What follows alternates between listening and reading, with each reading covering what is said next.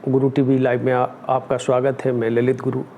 बहुत से व्यक्तियों के कमेंट आए कि सर सहारा क्यूसाप का भुगतान कब होगा, क्या करना पड़ेगा। तो मैं इसी विषय में बताना चाहता हूं कि मध्य प्रदेश की हाई कोर्ट जबलपुर द्वारा है जो रिट पिटीशन जो हम लोगों ने दर्ज की थी, उसके तहत क्यूसाप स्कीम का भी भुगतान सुनिश्चित किया गया था और जिसका आदेश 1 सितंबर 2022 को WP 28288 के तहत दिया गया था। और इसके लिए है जो वही the additional secretary central registrar cooperative society department of agriculture corporation and farmers welfare ministry of agriculture farmers welfare कृषि भवन न्यू दिल्ली को नियुक्त किया गया था कि क्यूसाप का भुगतान दिलाने हेतु इन्हें बाध्य किया गया था। और वहाँ से पत्र आया तो इन्होंने बताया कि ये क्यूसाप है जो MCA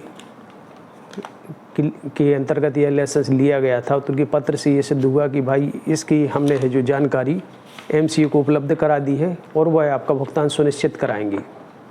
तो वही MCA का जो उन्होंने बताया तो वह था to the under secretary IGM ministry of corporate affairs Shastri Bhawan New Delhi. वर्तमान में सभी को पता है कि CRCS का एड्रेस चेंज हो चुका है क्योंकि ये नए एड्रेस का लिफाफा आया था। तो कहने का मतलब ये है कि सहारा क्यूसाप के भुगतान लेने से पहले आपको कुछ काम करना पड़ेगा। सर्वप्रथम काम यह है कि यदि आप क्यूसाप के निवेशक हैं, सभी को पता है कि सहारा रियल एस्टेट और हाउसिंग का पैसा है जो क्यूसाप में रीइन्वेस्टमेंट किया गया था। क्यूसाप भी 2-3 प्रकार की है। क्यूसाप 235% लाभांश, क्यूसाप सेंट्रल 2.26% लाभांश और एक और क्यूसाप है कोई ईस्टर्न ऐसा करके है, उसमें 2.13 इस प्रकार के लाभांश बताया गया था। और इनकी एड्रेस भी अलग अलग है।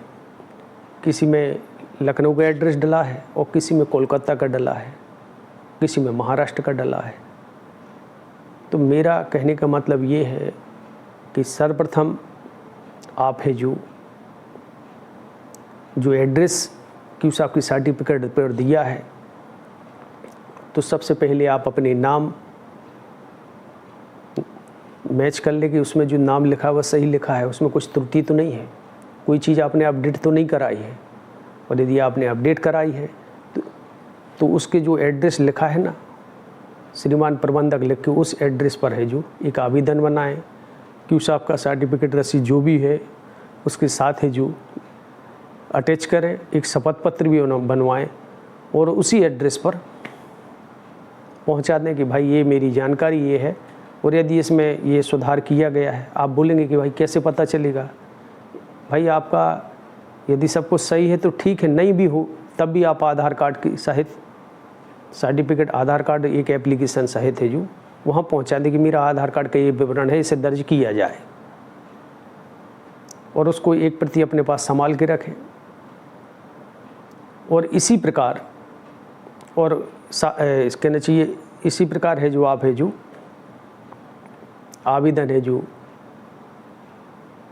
Ministry of corporate PG portal के माध्यम से मिनिस्ट्री ऑफ कॉरपोरेट अफेयर्स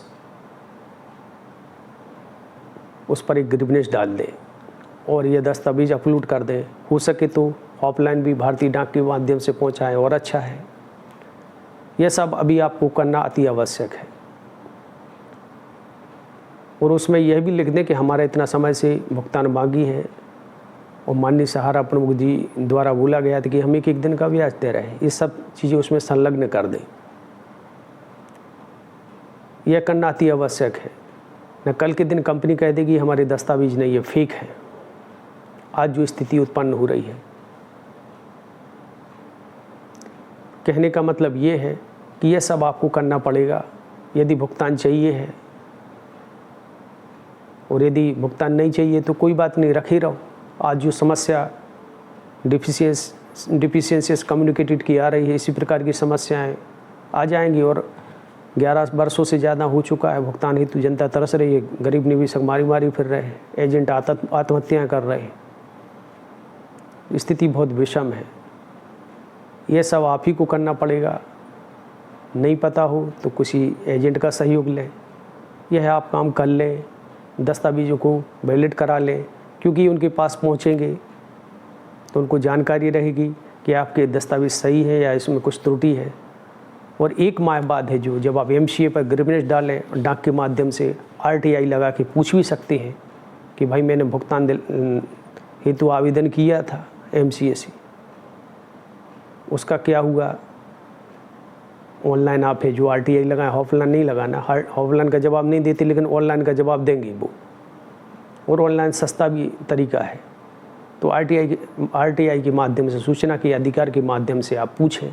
आप आपका जो जवाब है, रिप्लाई आएगा, उसे प्रिंट निकाल के रख लें। आपका भुगतान है जो परिपक्व हो जाएगा, और जैसे ही प्रक्रिया चालू होगी आपका भुगतान सुनिश्चित किया जाएगा। वर्तमान परिवेश में यह करना अति आवश्यक है, क्योंकि कंपनी का सभी को पता है कि देनदारियाँ बढ़ती जा रही हैं, परेशानियाँ बढ़ती जा रही हैं, और सहारा प्रबंधन भुगतान देने के विषय में बस एम्बार्गो के अलावा कोई शब्द है ही नहीं। वो तो माननीय न्यायालय की कृपा दृष्टि थी कि 5,000 करोड़ रुपए रिलीज कर दिए, बाकी अभी तक है जो सहारा प्रबंधन आश्वासन के अलावा भुगतान तो दिया नहीं, और ना ही कोई ऐसी नीयत लग रही है कि भुगतान वो देने की बात कर रहे हों। ये हमारा दुर्भाग्य है। देश का कानून है कि माननीय हाई कोर्ट के आदेश के बावजूद भी अभी तक क्यूसाप के निवेशकों का पैसा नहीं मिल पाया है।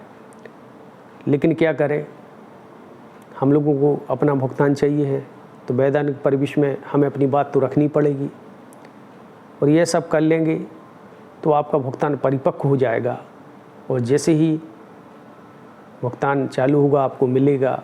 यदि कंपनी की कोई स्थिति गड़बड़ भी होती है तो आपकी देनदारी सुनिश्चित हो जाएगी, और यदि आप ऐसा नहीं करते तो मुझे नहीं लगता कि भुगतान आगामी समय में सुनिश्चित हो पाएगा। आशा करता हूँ कि यह जानकारी आपको पसंद आई होगी। यदि जानकारी पसंद आई हो तो अपने साथ दूसरों को भी बताएं जो क्यूसाप के जमा करता हूँ।